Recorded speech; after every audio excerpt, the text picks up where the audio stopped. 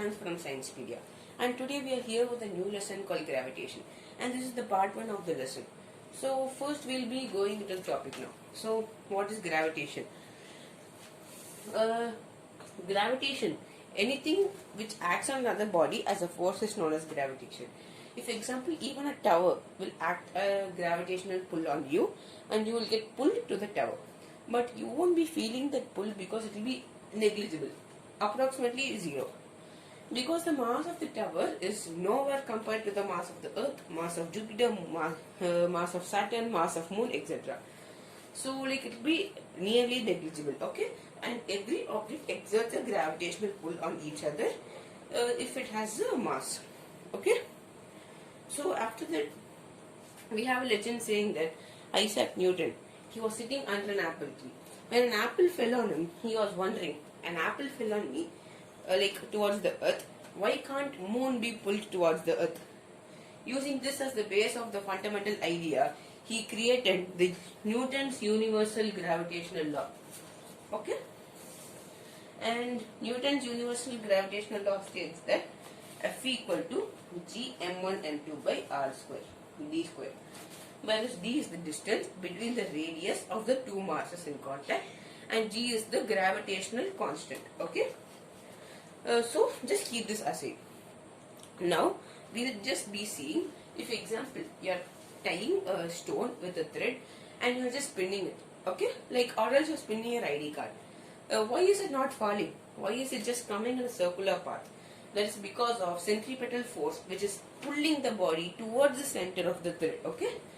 If the centripetal force is lost, then the object will go tangentially to the direction in which it's spinning, like the diagram I'm showing you right here, okay? So this is mainly about centripetal force, and centrifugal force is an additional point. Centrifugal force means it's exerting an outside force, like from middle to the outside areas it's exerting a force that is called as centrifugal, and centripetal it's pulling inside, okay? Now we'll just be seeing that what F and G and M1 and M2 means in this equation. F is the gravitational force which is acting between the two bodies which you are taking. M1 is mass 1, M2 is mass 2, and G is the gravitational constant. And D is the distance between the radius of masses M1 and M2. As you can see here, distance between this radius and this radius is called as the distance between the radiuses. Now we are just going to talk something about the gravitational constant. The value of the gravitational constant is 6.673 into 10 to the power of minus 11 Newton meter square kg inverse 2. And we are getting the SI unit as Newton meter square by kg square, or known as Newton meter square kg inverse 2, because we are having, we can just take as G equal to FD square by M1 plus M1, because if we just transpose the equations, we will get this equation. So after getting these equations Fd square by M1 by M1 M2, you can just substitute as the respective units. So F is Newton, distance is meter, so Newton into meter square divided by M1 into M2, so kg into kg, which is Newton meter square by kg square, or 9 centimeter square by gram square, or 9 centimeter square gram inverse 2 if we take the CJ's unit. Okay.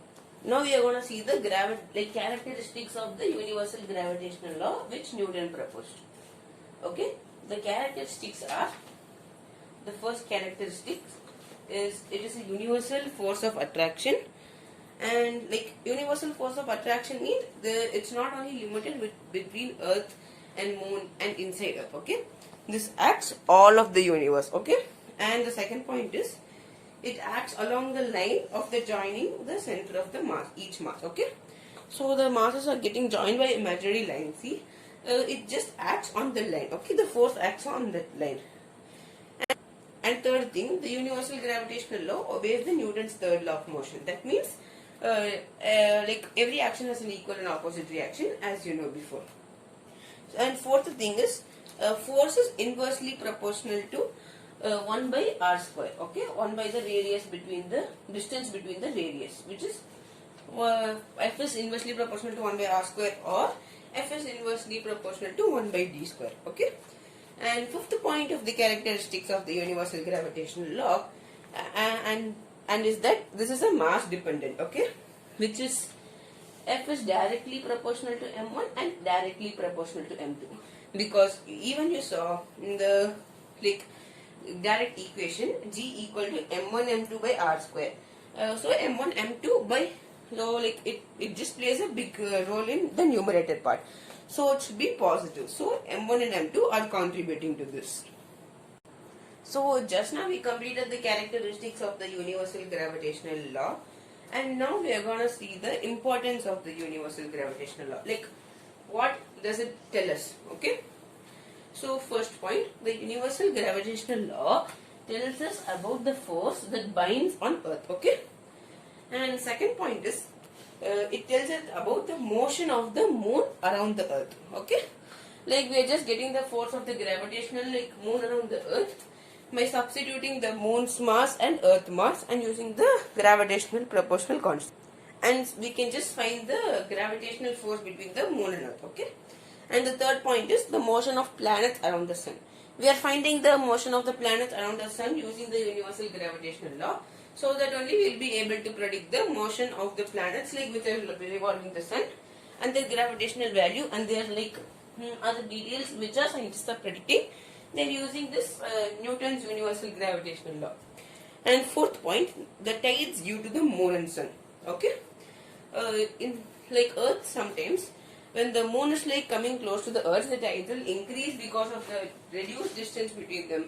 So the gravitational force increases and it pulls the tides towards poles of the Earth. Okay, so it causes high tides. And if the moon comes to the opposite side, it causes low tides as the distance is far. Okay. Now let's give a small recap of what we learned in this class, because that's it for part 1, gravitation. So first we learned what is gravitation, then we learned the universal gravitational law and how Newton proposed it, and third thing we learned the characteristics of the universal gravitational law, and after that we learned the values of G, the gravitational constant, and the units of G and the derivation of the units of G. And fifth thing, we learned about the importance of the universal gravitational law, and these are the 5 main points to be remembered. So after that, now we will be going into a small question session to see how much you understood this chapter. This is a basic question. So the question is, the mass of the earth is 6 into 10 to the power of 24 kg and mass of moon is 7.4 into 10 to the power of 22 kg. If distance between Earth and the Moon is 3.84 into 10 to the power of 5 km, force exerted by Earth on Moon is. They are asking us to find the answer. You can just pause the video and try to solve the question, because now we will be going into the solution. So first of all, in this question, we have to analyze all the values which are given in the question. In the question, they have given M1, which is 6 into 10 to the power of 24 kg, and M2, which is 7.4 into 10 to the power of 22 kg, and D is 3.84 into 10 to the power of 8 meter, and G is 6.7 into 10 to the power of 11 Newton meter square kg inverse 2. So after that, we can just use F equal to G m1 by m2 formula, by the r square formula. We will get 6.7 multiplied by 10 in 10 power minus 11 multiplied by 6 into 10 to the power of 24 multiplied by 7.4 into 10 to the power of 22 whole divided by 3.84 multiplied by 10 power 8 whole square. So if we solve the above given equation, we will get the force of gravity between Earth and Moon is 2.01 into 10 to the power of 20 Newton. So that's all guys for gravitation part 1, and please subscribe to Sciencepedia for part 2 and part 3. Thank you.